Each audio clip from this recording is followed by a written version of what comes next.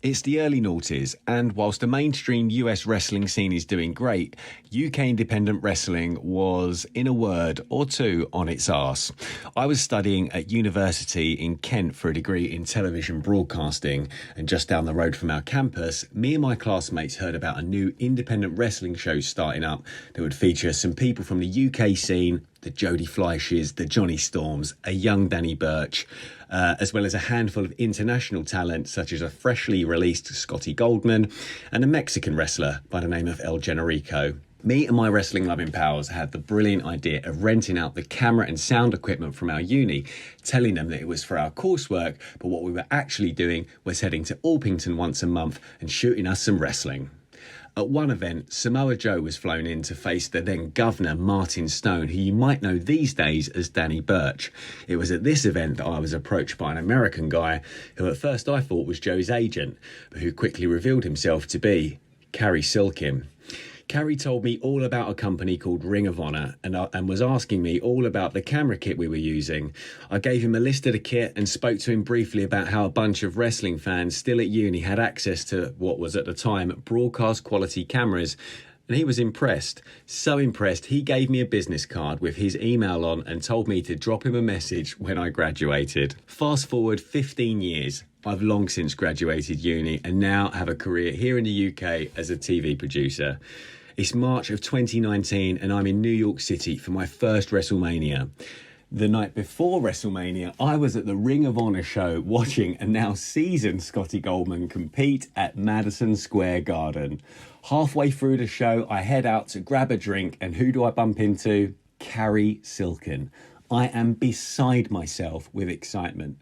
I enthusiastically retell the story of meeting Cary 15 years earlier and tell him that that business card was my motivation for graduating uni. Wow. Ticketsman at AOL.com. That was Cary Silken's email address that was on that card. I know it very well. Cary was my boss and is my friend and has a fun podcast telling those kinds of stories from his past, which I've asked him to drop a story.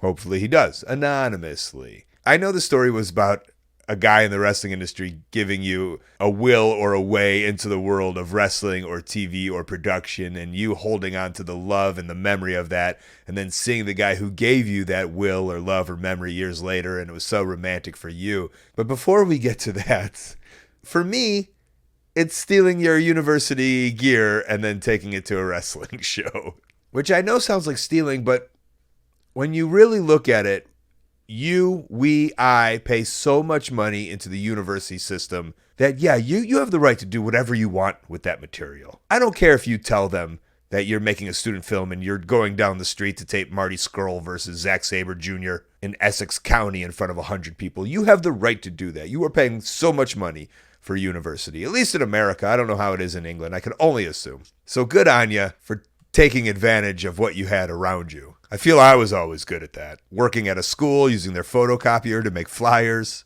etc., etc. But on to you and Cary. We all have those origin stories. We're all going to be kids meeting some grown person one day who will not remember the story, know that they had any influence, or even care that they did it. But they are part of your origin story. They are part of your history. And I'm sure Cary Silken is thrilled to know that he helped you somehow move and shift into the United Kingdom's television world. Now, come on.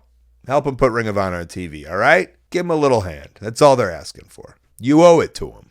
Hey, thanks for watching. That call was part of a whole podcast called Wrestling Anonymous. Listen to the whole thing weekly. Wherever you listen to your podcast, go subscribe. While you're at it, subscribe right here on YouTube to Colt Cabana's channel. Thank you.